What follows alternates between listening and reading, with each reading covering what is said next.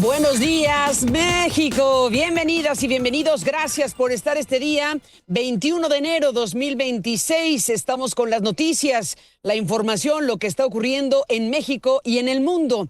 Empezamos. Esto es lo más importante. El gobierno mexicano trasladó a Estados Unidos a 37 presuntos operadores de organizaciones criminales considerados una amenaza para la seguridad del país. Esto fue lo que dijo el secretario de Seguridad y Protección Ciudadana, Omar García Harfuch. Según García Harfuch, el envío se realizó en coordinación con el Departamento de Justicia estadounidense y no se solicitará pena de muerte para los trasladados, según dijo. Se comprometieron. Este operativo incrementa a 92. Ojo, 92.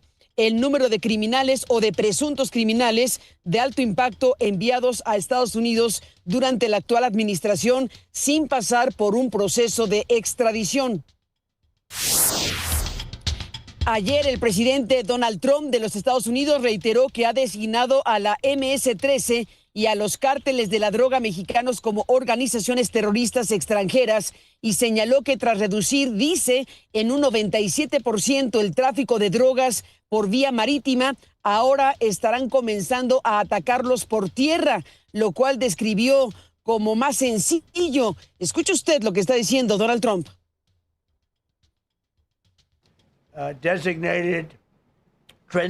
He designado al Tren de Aragua, MS-13 y los cárteles mexicanos de la droga como organizaciones terroristas extranjeras y los hemos golpeado fuerte. Han visto lo que hemos hecho en el agua, estamos empezando a hacer eso en tierra. En tierra es mucho más fácil. En realidad, el agua es increíble. Ya hicimos eso en el agua. Para que cuando lo hagan en la tierra no vayan al agua. Nadie va al negocio de los botes en este momento.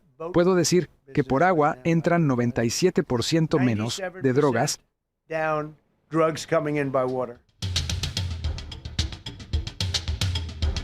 Bueno, pues en el Foro Económico de Davos en Suiza han ocurrido varias cosas. La expectativa está abierta con motivo de la presencia de Donald Trump en este espacio que se ha convertido en el foco de la atención mundial y los enormes contrastes de lo que ahí se está diciendo, los enormes contrastes que se están pudiendo pues identificar de la postura estadounidense y de otras voces.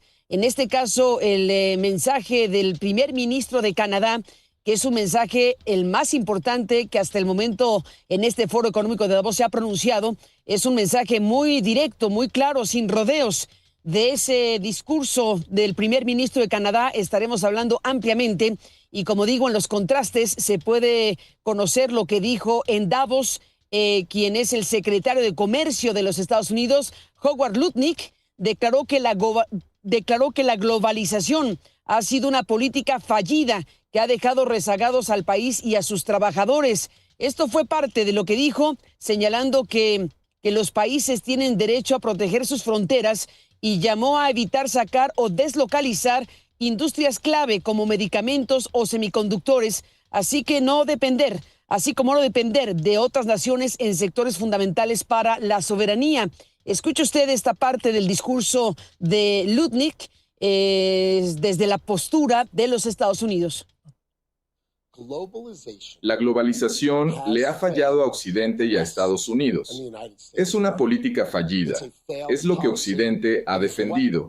Exportar, deslocalizar, buscar la mano de obra más barata del mundo. Y que el mundo es un lugar mejor gracias a ello.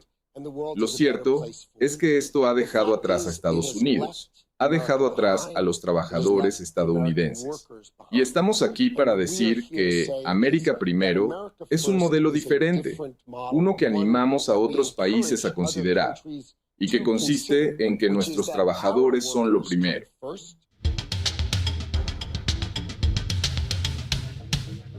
Estados Unidos interceptó en el Caribe un buque petrolero sancionado bajo la Operación Lanza del Sur, marcando la 7ª incautación desde el comienzo de los operativos cerca de Venezuela. Esto lo informó el Comando Sur de los Estados Unidos. El buque, identificado como Sajita y navegado bajo banderas de Panamá y Liberia, fue detenido mientras transitaba supuestamente desafiando la cuarentena impuesta por la administración de Donald Trump a petroleros sancionados. En Venezuela, Delcy Rodríguez, la presidenta encargada de Venezuela, informó que el país recibió $300 millones por la venta de petróleo, correspondientes a los ingresos de 50 millones de barriles retirados bajo un acuerdo con Estados Unidos tras la captura de Nicolás Maduro. Reuters reportó que estos recursos fueron depositados en cuentas en Qatar y se dividirán entre bancos locales para fortalecer el mercado cambiario, apoyar la banca nacional y proteger el poder adquisitivo de los trabajadores venezolanos, se dijo. Rodríguez también mencionó que el gobierno impulsará cambios en la ley petrolera. Esos primeros flujos serán utilizados y empleados a través del mercado cambiario en Venezuela, de la Banca Nacional y del Banco Central de Venezuela, justamente para consolidar y estabilizar el mercado y proteger el ingreso y el poder adquisitivo de nuestros trabajadores y de nuestras trabajadoras. Pues dice que habrá cambios en la ley petrolera para fomentar, dice Rodríguez, la inversión extranjera en Venezuela, y explicó que el uso de estos ingresos será clave para estabilizar la economía del país. Se refiere a los $300 millones por la venta del petróleo que tomó Estados Unidos y que le ha entregado a Venezuela y a este régimen que se identifica como transitorio. Así que bueno, pues esto es lo que está pasando en estos momentos con Venezuela y el petróleo. Con Venezuela y los derechos humanos mal y de malas, el periodista y defensor de derechos humanos Luis Carlos Díaz denunció en Aristegui en Vivo ayer la situación de los presos políticos en Venezuela y dijo que entre ellos se encuentran mexicanos. Los mexicanos Juan Diego Salvador Gómez Toral, Gustavo Domínguez Orellana y Gladys Orellana Martínez, detenidos desde finales del año pasado. Debo decir que el periodista y defensor de derechos humanos nos alertó a este medio de comunicación mexicano, Aristegui Noticias, nos preguntó si teníamos en el radar, fue la expresión que utilizó Luis, si teníamos en el radar lo que está ocurriendo con mexicanos en cárceles venezolanas. Y bueno, pues dimos paso a lo que él nos contó precisamente ayer en Vivo y nos dijo que las detenciones forman parte de una lógica del gobierno chavista y madurista o exmadurista o como le queramos llamar, para presionar a misiones diplomáticas para que moderen su discurso frente a Venezuela, por lo que Gómez Toral y Domínguez Orellana están recluidos en el Comando Nacional Antidrogas y Gladys Orellana, la mexicana también, en la cárcel de mujeres de Crisálida. Díaz reportó 163 liberaciones de más de 1,200 personas detenidas. Hay 1,200 detenidos y ha habido apenas 163 liberaciones, y explicó que las denuncias aumentarán porque familiares que antes callaban por miedo a extorsiones o persecución política han comenzado a denunciar.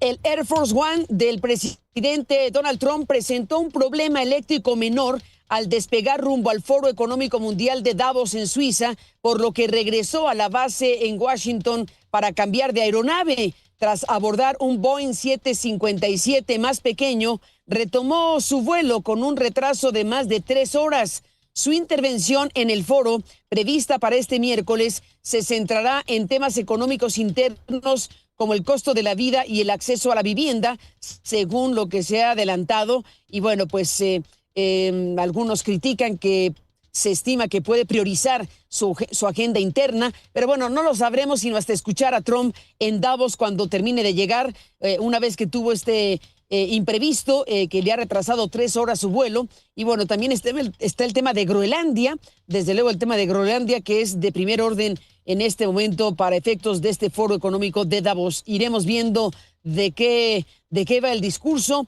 Se ha trastocado el horario y veremos si se mantiene o no la hora prevista para la participación de Donald Trump o no, una vez que se ha confirmado este retraso.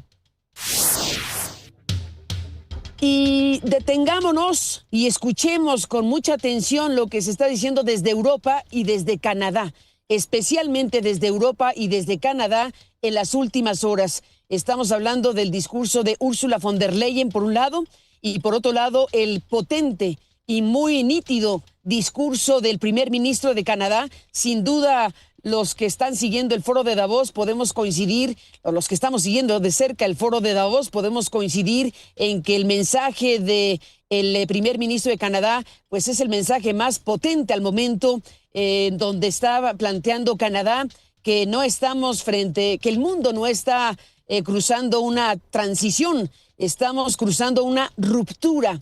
Eso es lo que dice, entre otras muchas cosas, el primer ministro de Canadá, el señor Mark Carney, cuyo discurso recuperaremos ampliamente esta mañana para usted.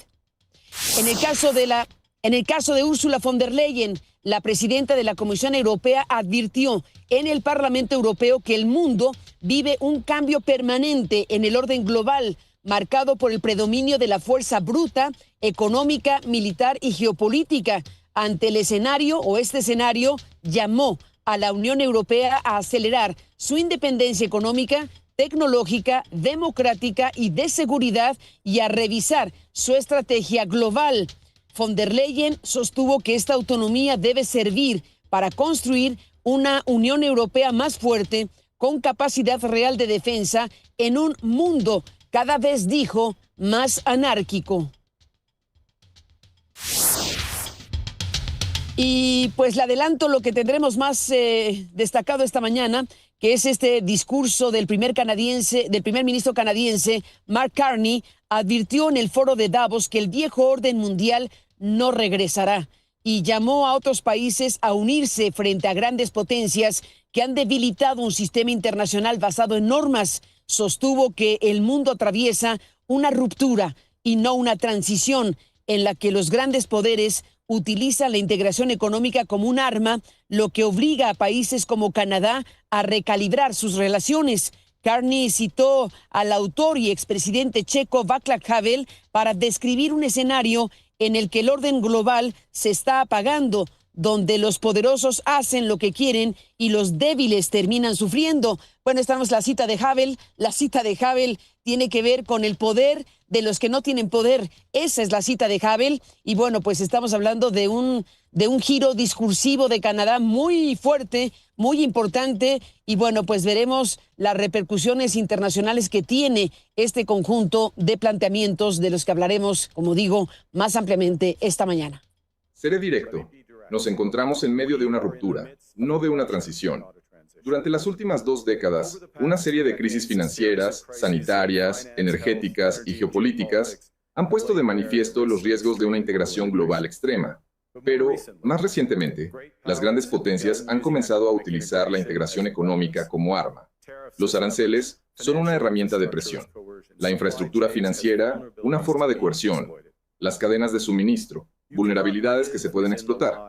No se puede vivir con la mentira del beneficio mutuo mediante la integración cuando ésta se convierte en la fuente de la subordinación.